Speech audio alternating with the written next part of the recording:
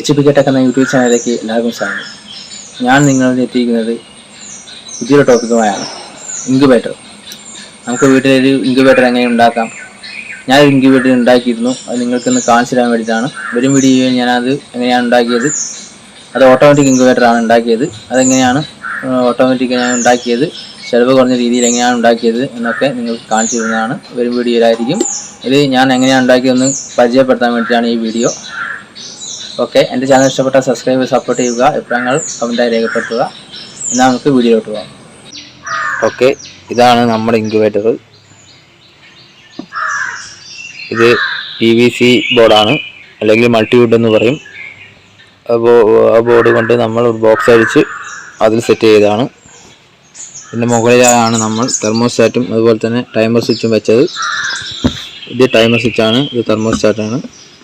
ഇത് നമ്മൾ 38 ഡിഗ്രിയിലാണ് cut off ആകുന്ന രീതിയിലാണ് സെറ്റ് ചെയ്തത്. അതുപോലെ തന്നെ ഇത് ദിവസം 3 മണിക്കൂർ ഇടവിട്ട് നമുക്ക് ഈ കോഴിമുട്ട, ഈ വിരിയാൻ വെച്ച കോഴിമുട്ട തിരിച്ചിടാൻ വേണ്ടിയിട്ടാണ് ടൈമർ സ്വിച്ച് വെച്ചത്. ഇത് ഓട്ടോമാറ്റിക് ഇൻക്യുബേറ്ററാണിത്. ഓക്കെ, നമുക്ക് ഇതിൻ്റെ അകത്തൊന്ന് തുറന്ന് നോക്കാം.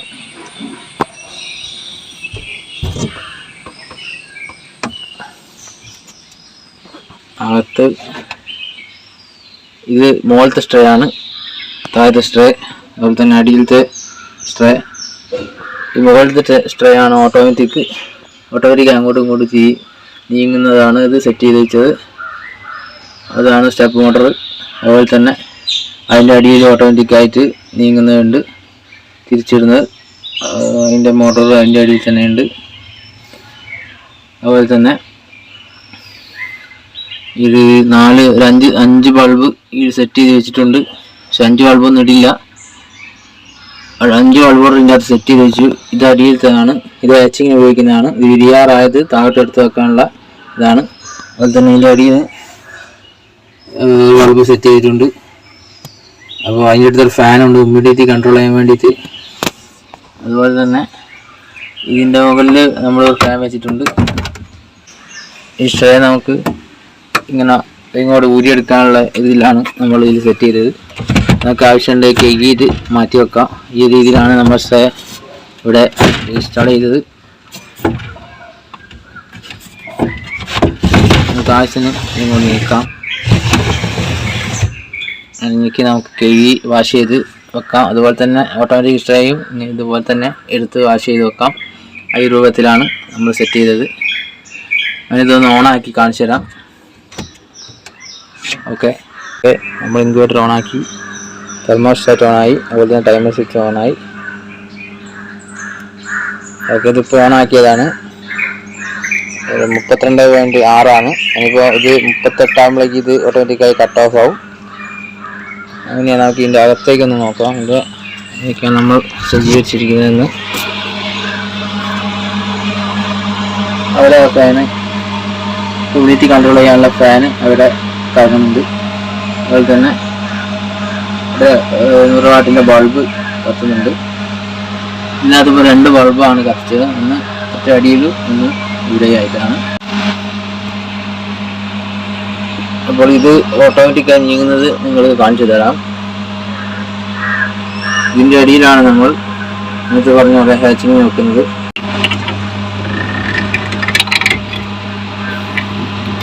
ഇപ്പോൾ ഇത് ഓട്ടോമാറ്റിക്കായി തിരിയുന്നത് കാണിച്ചു തരാൻ വേണ്ടി കുറച്ച് കോഴിമുട്ടകൾ ഞാൻ എടുത്ത് വെച്ചാണ്.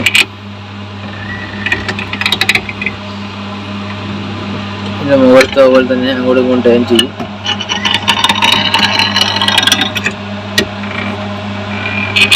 സ്റ്റെപ്പർ മോഡൽ തിരിയുന്നതിനനുസരിച്ച് ഇത് അങ്ങോട്ടും ഇങ്ങോട്ടും പതുക്കെ ഭയങ്കര സ്ലോ ആയിട്ടാണ് ട്യൂണിങ് വരുന്നത് ഇതിൻ്റെ. അതുകൊണ്ട് തന്നെ കോഴിമുട്ടയ്ക്കൊന്നും പറ്റില്ല. നല്ലൊരു പതുക്കെ ഉള്ള നീക്കമായതുകൊണ്ട് കോഴിമുട്ടയ്ക്ക് കോഴിക്കുഞ്ഞുങ്ങൾക്കൊന്നും പറ്റില്ല. അങ്ങനെയാണ് നമ്മൾ സെറ്റ് ചെയ്തത്. ഇതിനെക്കുറിച്ച് ഇതങ്ങനെ ഉണ്ടാക്കിയതിൻ്റെ വീഡിയോ നിങ്ങൾക്ക് കാണിച്ചു തരുന്നുണ്ട്. അടുത്ത വീഡിയോ ആയിട്ടായിരിക്കും വരിക. ഓക്കെ, എൻ്റെ ചാനൽ ഇഷ്ടപ്പെട്ട സബ്സ്ക്രൈബ് സപ്പോർട്ട് ചെയ്യണം, അഭിപ്രായങ്ങൾ കമൻറ്റായി രേഖപ്പെടുത്തണം. നിങ്ങളുടേതാണ് എൻ്റെ വീഡിയോകൾ മുന്നോട്ടിടാനുള്ള പ്രചോദനമായിട്ടുള്ളത്. നിങ്ങളുടെ സപ്പോർട്ടാണ് ആവശ്യം. ഓക്കെ, ഇതിപ്പോൾ കട്ട് ഓഫ് ആകാനുള്ള ടെമ്പറേച്ചർ എത്തിയില്ല.